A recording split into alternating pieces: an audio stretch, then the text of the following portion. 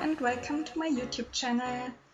Thank you for all your questions. Under my last video I asked you for questions that I could answering when I don't know much to say in a video. Like here I color the picture like always, and I already explained a lot how I color it.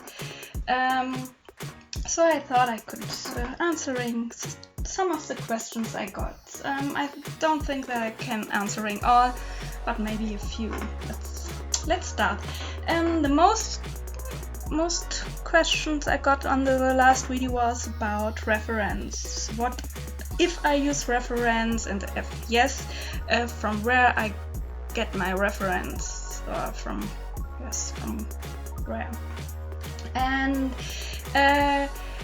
well, the pictures you see on my Instagram or here on my YouTube channel are done without reference, because it's almost stuff I already painted a lot, and I already learned how to paint them, like portraits or plants or whatever. But of course, when I paint something that's totally new for me, like some animals I've never painted before, or some landscape types I never painted before, of course I use reference. But it's not that I searching for a pic and copy it. It's more that I do research for an object, or for a landscape, or for an animal, or whatever I wanted to paint. Then I do a lot of research, different pictures. Maybe if I have the chance to see it in reality, I try to paint from reality, make studies from reality. And yes, I try to learn what I see and find shortcuts in my style, and also shortcuts or shorts, what I don't know how you call it, for not only for shapes, also for colors and where to put light and shadow and stuff. And when I learned this, then I start to use it in my pictures, and then I can paint it without reference, because I've learned what I've seen. And so you can use it for the future, and you have it in your brain, and it's like your reference is in your brain, so you don't need to take a photo anymore. It's maybe a bit, yes, of course, it's a bit more difficult than just copying a landscape or a picture, but I think it's better before you have longer this in your mind. You have maybe forever this reference in your mind, and you can compose your own landscape and compose your own animals or people or whatever. And yes, and it's more fun painting your own stuff than just copying a picture. And also because I don't know why this questions came under my my cacti painting. Last summer I went to the botanical garden here in Munich, and I painted a lot of cacti there, and plants in general, not only cacti.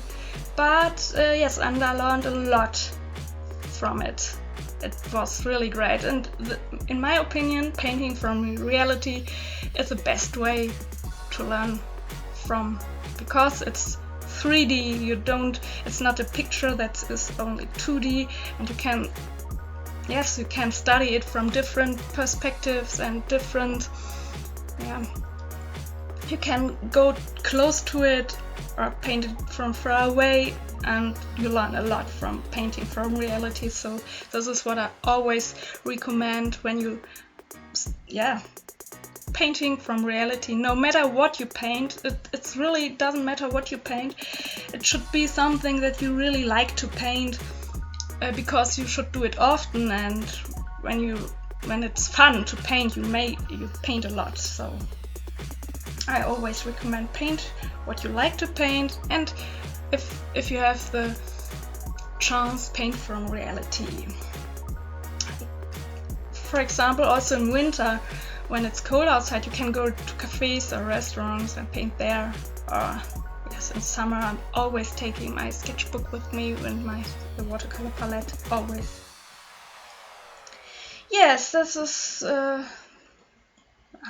about reference. And another question was about my inspirations, and I can say the same. I take a lot of inspirations from my life, what I see, what happens to me, or what I see outside,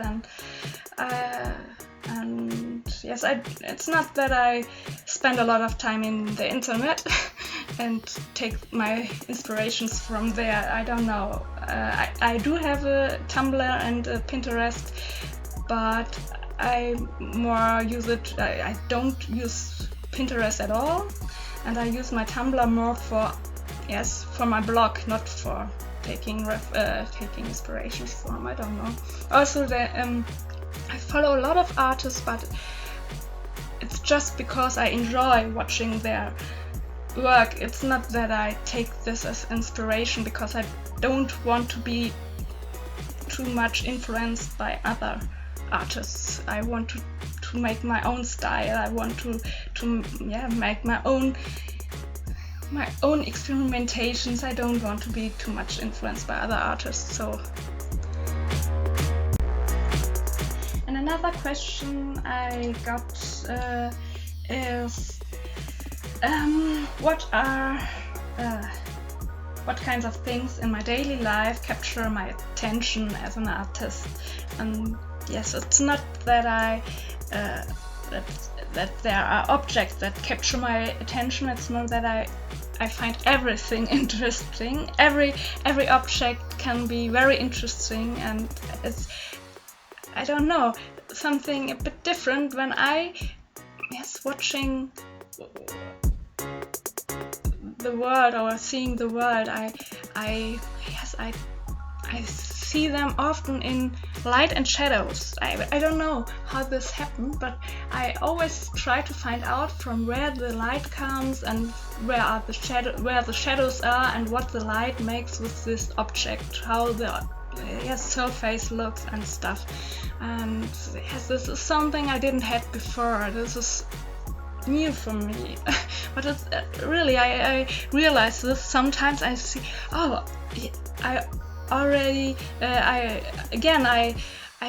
only see the light and shadow, or the same with colors. Sometimes I really only see the colors on this object, how the colors are and how they behave with the light and the shadow. This is really interesting.